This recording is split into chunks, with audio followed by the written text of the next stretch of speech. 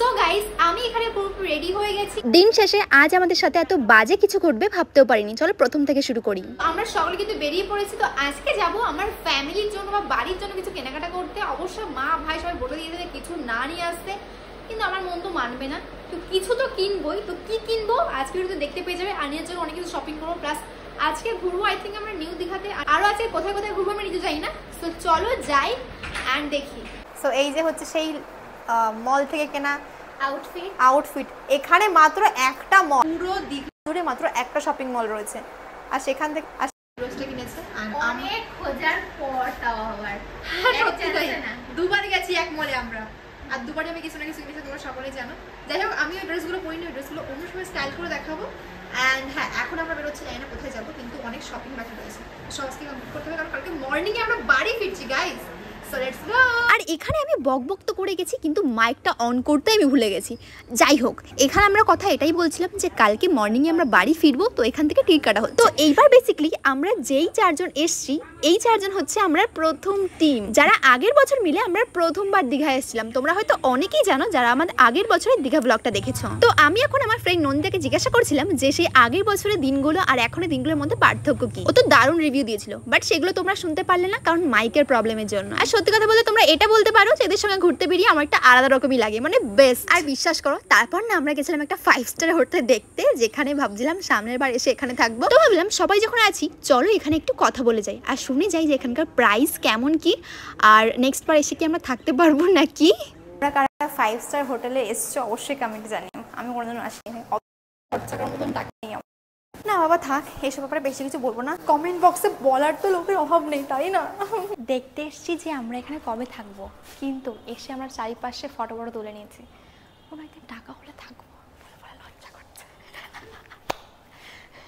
এটা হচ্ছে hotel plus রেস্টুরেন্টও আছে ভেতরে। ভাবলাম যে যখন এসছি কিছু তো একটা খেয়েই যাই, তোমার ভাবলাম কফি খেয়েছি। প্রাইসটা একটু বেশি বলছি, ওয়েট। 5 স্টার হোটেল বলে কথা, ও মাই গড।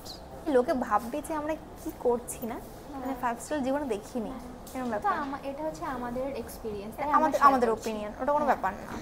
আমি প্রথমে এটাই ভাবছিলাম যে হয়তো আমার মাইকের প্রবলেম, সাউন্ড কেন আসছে না। পরে দেখলাম যে আমার মাইক আর আমার ফ্রেন্ড নন্দিতার মাইক একই, তো একসাথে দুজনের মাইকে কানেক্ট করে নিচ্ছিল। তো সাউন্ডটা এত বাজে, মানে প্যার করছিল, লাইক মাইক ভেটে গেলে যেমন সাউন্ড হয় না, তোমরা একটু পরে শুনতে পাবে যে কীরকম সাউন্ড হচ্ছিল। আর মন থেকে বলছি গাইস, তোমরা সত্যি এই ক্লিপগুলো শুনতে পেতে না, দারুণ মজা পেতে।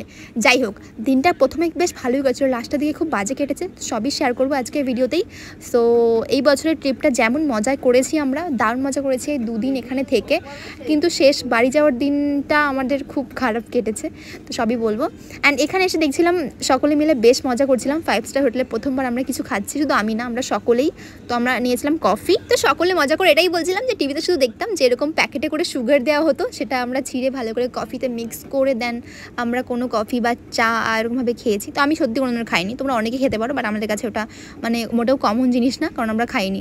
হ্যাঁ পৃথিবীতে অনেক বড় লোক আছে আমি জানি, কিন্তু ভাই আমরা বড় লোক না, এর থেকে বেশি আর কি বলবো। কিন্তু ভাই এই টাইমে সকলে যত ফানি কথা বলছিল না, জাস্ট এতটা। আমি একটা শর্ট ভিডিও করে রেখেছি, তোমরা হয়তো সেই ভিডিওতে পাবে, তোমরা একটু শুনে নাও যে কেমন সাউন্ড হচ্ছিল।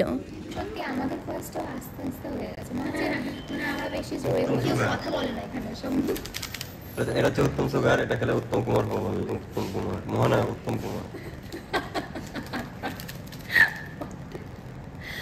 যদিও চাইলে ট্রাই করতে হবে। ওখানে কালাই যাবে না, গ্রাম শহরে কালা ছিল। সিরি ডক্টর সিরি ভাই চিনি দিছো তুমি? আমার ভালো লাগছে। কয়টা দিছো তুমি? দিতে চাই ফার্স্ট আমি একখান দিছি না, 3 দে। কয়টা দিছো? এই দাও, এই করে দাও, একটা দিলে 3টে সাইড দে। তুমি কয়টা নিছো? এই যে এই জামাত আমি করে একটা, আমি 3টে নিছি। না গো 3টে সাইড দে। মিষ্টি হবে না, আমি খেতে পারতেছি না। এই সুগার বেরিয়ে যাবে, সেটা দাও। এটা মিষ্টি? হ্যাঁ মিষ্টি হবে সত্যি? গ্লুকন ডি দুটোই দিয়ে দাও। আর তিনটে আছে, তিনটে দিও। এবার ওপিনিয়ন এই দেখো, তবে এতটা এই 2 স্পুন খাই হয়ে গেছে কফি, কিন্তু আমাদের হারা গেল আমার। আর পাততেছি না, আর ক্ষমা করে দাও, ঠিক আছে? আমি এখন আসলাম, পরে দেখাচ্ছে আমার দিকে। টাটা।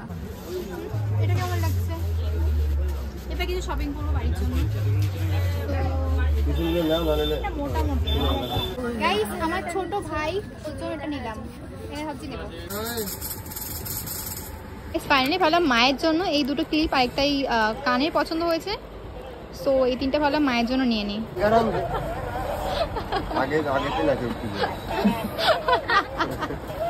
একটু মুড অফ, তার কারণ হচ্ছে যে সব দোকান বন্ধ হয়ে গেছে, আজকে প্রচুর লেট হয়ে গেছে। তো কালকে যেহেতু আমাদের প্রায় 12:30টায় বাস রয়েছে, তো আমরা কালকে মর্নিং এ কালকে 10টার সময় বেরিয়ে পড়ে শপিং টপিং করবো, তারপরে যাবো। তো আমি আজকে নিয়েছি দেখো ভাইয়ের জন্য খেলনা আর হচ্ছে যে মায়ের জন্য কিছু অ্যাক্সেসরিজ, আর আমার ভাইয়ের জন্য এখনো কিছু নেওয়া হয়নি।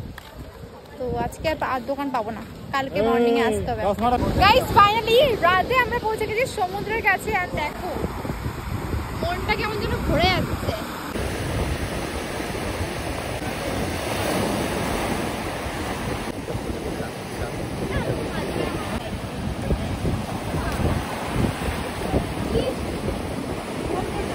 এত স্পেশাল ফিল করবো এখানে সত্যি ভাবিনি। আমার জন্য স্পেশাল হোটেলের তরফ থেকে একটা সুন্দর কেক পাঠিয়েছে, প্লাস আমার দুজনের জন্য পাঠিয়েছে ক্যাডবেরি। আর দেখো এত সুন্দর কেক, এটা আমার জন্য পাঠিয়েছে Sumi Roy. Thank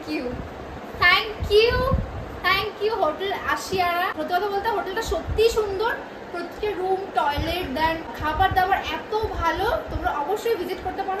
contact number তো অলরেডি মেনশন করে দিয়েছি, তোমরা ডিসক্রিপশন অবশ্যই চেক করো। অ্যান্ড এত স্পেশাল ফিল করার জন্য thank you so much hotel Ashiana. So হ্যাঁ, চলো খাওয়া দাওয়া করবো। আমাদের ডিনারও চলে এসেছে। ডিনারে রয়েছে দেখো কত চাইনিজ আইটেম, যেমন রয়েছে মিক্সড ফ্রাইড রাইস রয়েছে। আমি ঠিক জানি না, আমি আনতে বলে দিলে হয়তো ভুল হবে, বাট প্রত্যেকটা আইটেম লুক সো ডিলিশিয়াস লাগে। ভালো হওয়ার তো কথাই, কারণ এখানে প্রত্যেকটা জিনিস অসাধারণ খেতে। সো হ্যাঁ, আমরা এখন ডিনার করবো। সো ওনারা আমাদের জন্য এত খেটেছে। আজকে আমরা অনেক লেট করে লাঞ্চ করেছি, দেখো আমাদের পেট সবারই ফুল, তাও আমাদের জন্য অনেক রকমের আইটেম রয়েছে খাওয়া দাওয়ার। তাছাড়া সুন্দর কেক তো ভালো, চলো একটু কাটি। অ্যান্ড আমরা সবাই মিলে কাটবো, 4 জন মিলেই কাটবো। অ্যান্ড কি বলবো, হ্যাপি বার্থডে। না বলবো কি থ্যাংক ইউ হোটেল আশিয়ানা। চলো ভাই একটুখানি আসো, এদিকে আসো, এদিকে আমার এদিকে, আমি মিডলে থাকবো, আমার এদিকে আসো। চলো রেডি, চলো। Thank you hotel Ashiana. Yes, thank you, অনেক ধন্যবাদ। এত স্পেশাল, থ্যাংক ইউ, এত স্পেশাল ফিল করানোর জন্য thank you so much Ashiana. ये दिल आशियाना होटल आशियाना। আমি এটা খুব টেস্টি হবে, তোমরা আগে খাও। আমাদের বার্থডে সেলিব্রেশন হচ্ছে এখানে। ना ना ये हवा তো আইসক্রিম ফ্লেভার कभी मुश्किल ভালো লাগছে। হ্যাঁ না, আমার অ্যাডভান্স হ্যাপি বার্থডে সেলিব্রেশন।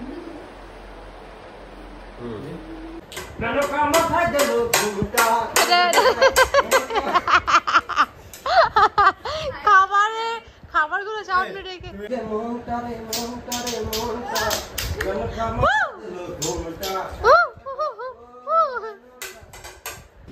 বলে না যে হাসির পরে দুঃখ আর দুঃখের পরে হাসি, কথাটা সত্যি আজ মিলে গেল।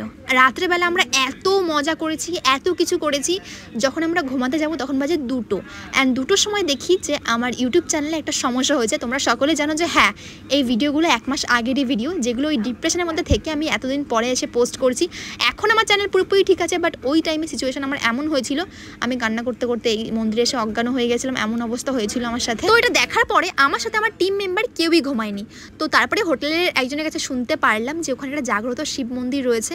তো ভাবলাম যে চলো, যেহেতু আমি প্রচণ্ড ঠাকুর ভক্ত, আমার পুরো ফ্যামিলি খুব ঠাকুর ভক্ত, ভাবলাম যে চলো শিব মন্দিরে গিয়ে একটু বলে আসি বাবাকে। আর আজকে ছিল শ্রাবণ মাসের শেষ সোমবার, মানে বুঝতে পারছো, মানে এমন ভালো দিনে আমি পুজো করতে এসেছি। আর ভগবানকে খুব কান্না করে করে বলেছিলাম যে আমার এত কষ্টের জিনিস, তো এরকম যেন কিছু না হয়, সব যেন ঠিক হয়ে যায়। ঠিক হয়ে গেলে আবার আসবো আমি পুজো করতে, ভগবানকে মানদও করে এসেছি। তোমরা আমার সিচুয়েশন দেখে বুঝতেই পারছো যে আমি প্রচণ্ড ভেঙে পড়েছিলাম, প্রচণ্ড কান্না করেছিলাম, কান্না করতে করতে আমি অজ্ঞান হয়ে গেছিলাম। মানে এত বাজে সিচুয়েশন হয়েছিল। মানে আমি এই দিন বাড়ি ফিরবো, আমাদের বাস রয়েছে সকাল 11:30টায়, আর আমরা মন্দিরে এসেছি 9টার সময়। তো স্পেশালি আমরা টাকা দিয়ে আগে পুজোটা করেছি, কারণ যদি লাইন এত বেশি ছিল যে লাইন দাঁড়িয়ে পুজো করতে হলে আমরা বাসটা পাবো না, আর বাসের টিকিট কিন্তু কালকে রাত্রেবেলায় কাটা হয়ে গেছে।